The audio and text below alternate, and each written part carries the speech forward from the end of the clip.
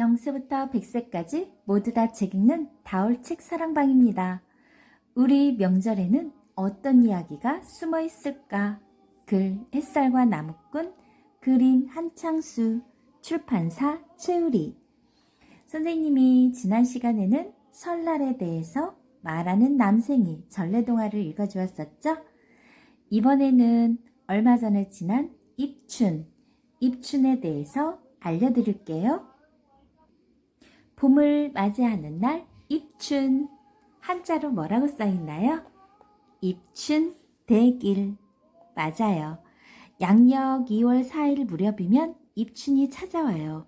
입춘 무렵이 되면 겨우내 기승을 떨치던 서풍이 물러가고 동쪽에서 따뜻한 바람이 불어와 얼어붙은 땅을 녹입니다.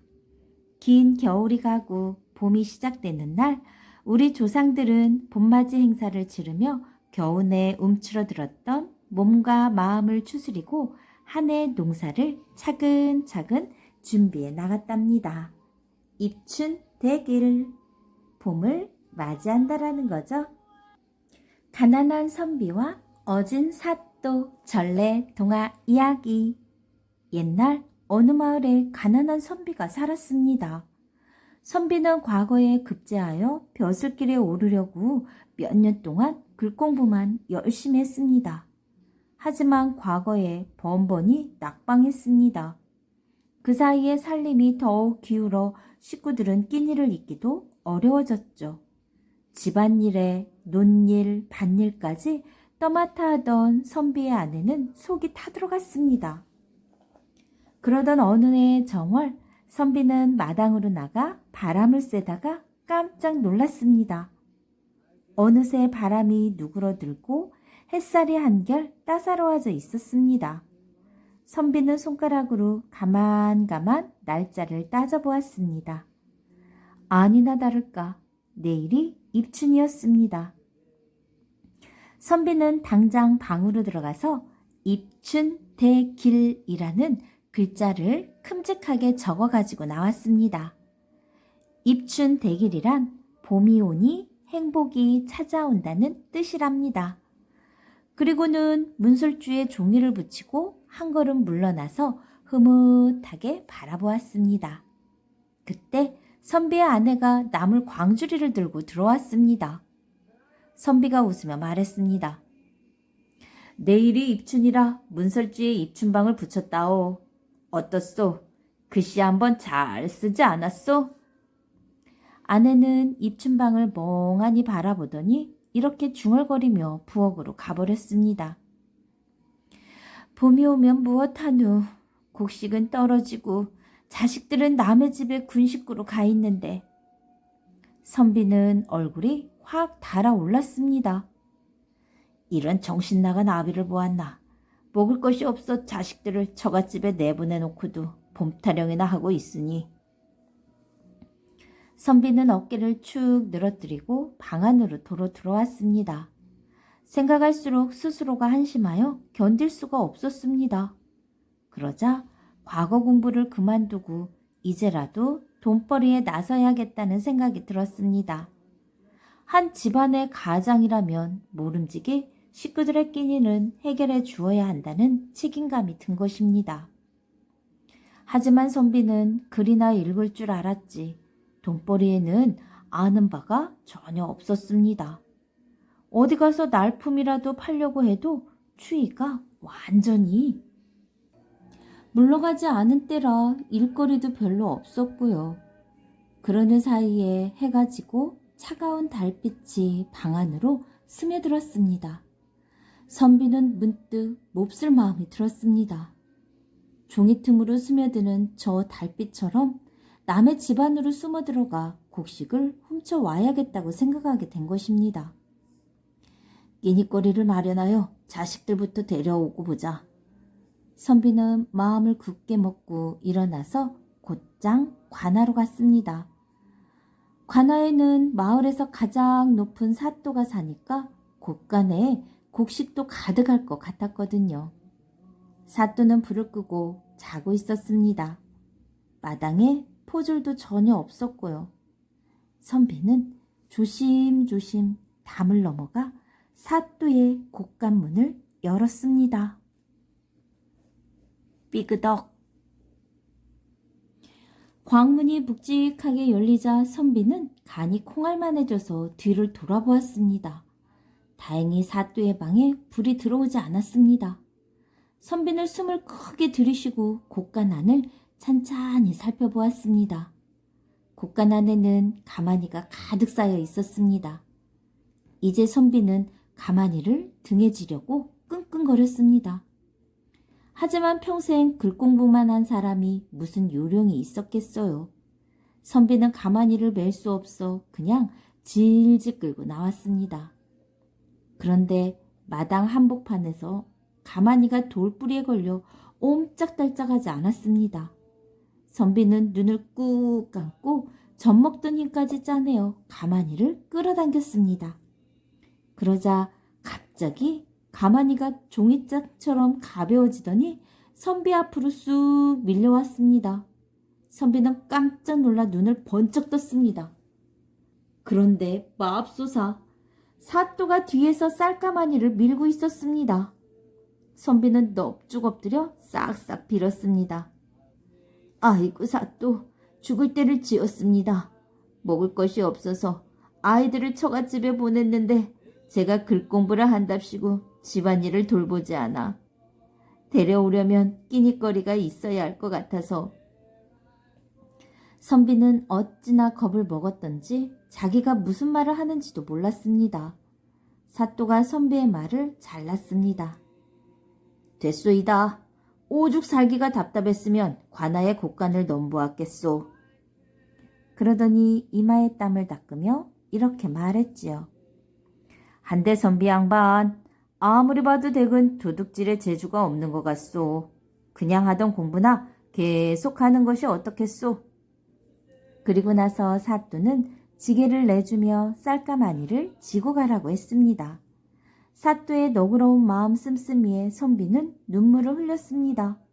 그 뒤 선비는 다른 일에 눈을 돌리지 않고 글공부에만 힘을 쏟았습니다. 그리고 몇 년 뒤에 과거에 급제하여 벼슬길에 오르게 되었죠.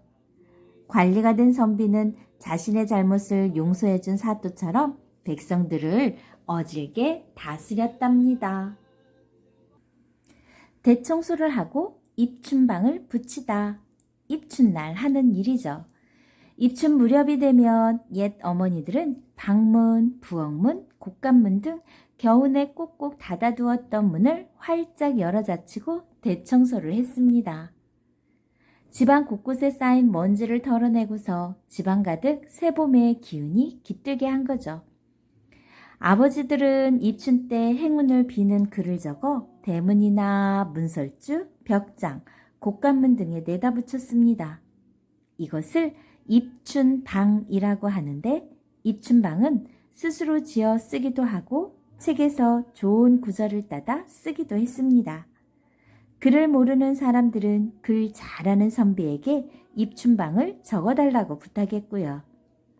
입춘방으로 가장 널리 쓰이던 글귀로는 입춘, 대길, 건양, 다경, 수여산, 부여해 등이 있습니다. 입춘대길은 봄이 오니 행복이 찾아온다는 뜻이고 건양, 다경은 철 따라 경사가 겹친다는 뜻인데 짝을 지어 붙이기도 하고 한 구절만 여러 곳에 붙이기도 했습니다. 수여산, 부여해는 산처럼 오래 살고 바다처럼 부유해지라는 뜻을 담고 있는데 대개 세 글자씩 나누어 짝을 지어 양쪽 문설주에 나누어 붙였다고 합니다.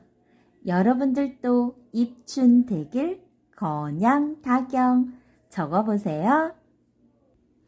옛날 사람들은 어떻게 살았는지 우리 조금 더 이야기 들어볼까요? 보리뿌리로 한 해 농사를 점치기도 했대요. 입춘 무렵이 되면 가을에 벼를 거둔 뒤 뿌린 보리가 뿌리를 내리게 돼요. 우리 조상들은 입춘에 이 보리뿌리를 뽑아 한 해 농사를 점쳤다고 합니다. 보리 두 뿌리를 뽑아 뿌리털이 3가닥 나오면 그의 풍년이 들고 2가닥이면 농사가 평년작은 이루며 1가닥이 나오면 흉년이 든다고 믿었죠. 입춘에는 파, 마늘, 자총이, 달래, 유채, 부추, 무릇 등 맵고 향이 강한 나물을 5가지 골라 무쳐 먹기도 했습니다. 이것을 오신채라고 하는데 오신채를 먹으면 쏘는 듯한 매운맛에 움츠러든 몸이 깨어나고 정신이 번쩍 들었다고 하네요. 여러분들 선생님이 이야기한 파, 마늘, 자총이, 달래, 유채, 부추, 무릇 들어본 적 있나요? 엄마한테 한번 여쭤보세요. 소중한 우리 문화, 밥도 9번 먹고 매도 9번 맞고 조금 더 들려줄게요. 입춘이 지나면 농사일이 본격적으로 시작되었어요. 힘겨운 농사철에 몸과 마음이 흐트러지지 않도록 우리 조상들은 입춘에 9차리라는 풍속을 지켰죠. 9차리란 맡은 일을 무엇이든 9번 한다는 뜻이에요. 서당에 다니는 학동들은 입춘에 천자문을 9번 읽었고 나무를 하는 나무꾼들은 나무찜을 9번 져서 날랐으며 새끼를 꼬는 노인들은 새끼를 9발 꼬았습니다. 여자아이들은 나무를 9바구니 가득 뜯었고 아낙네들은 빨래를 9차례 했으며 실을 감아도 실꾸리가 9개 나오도록 감았죠. 입춘날에는 밥을 먹어도 9번 먹었고 잘못을 저질러 매를 맞아도 9번을 모두 채워 맞았다고 합니다. 그렇게 해야 한 해 내내 복이 이어지고 그렇게 하지 않으면 나쁜 일이 생긴다고 믿었지요. 그런데 왜 하필 9번씩 같은 일을 했냐고요?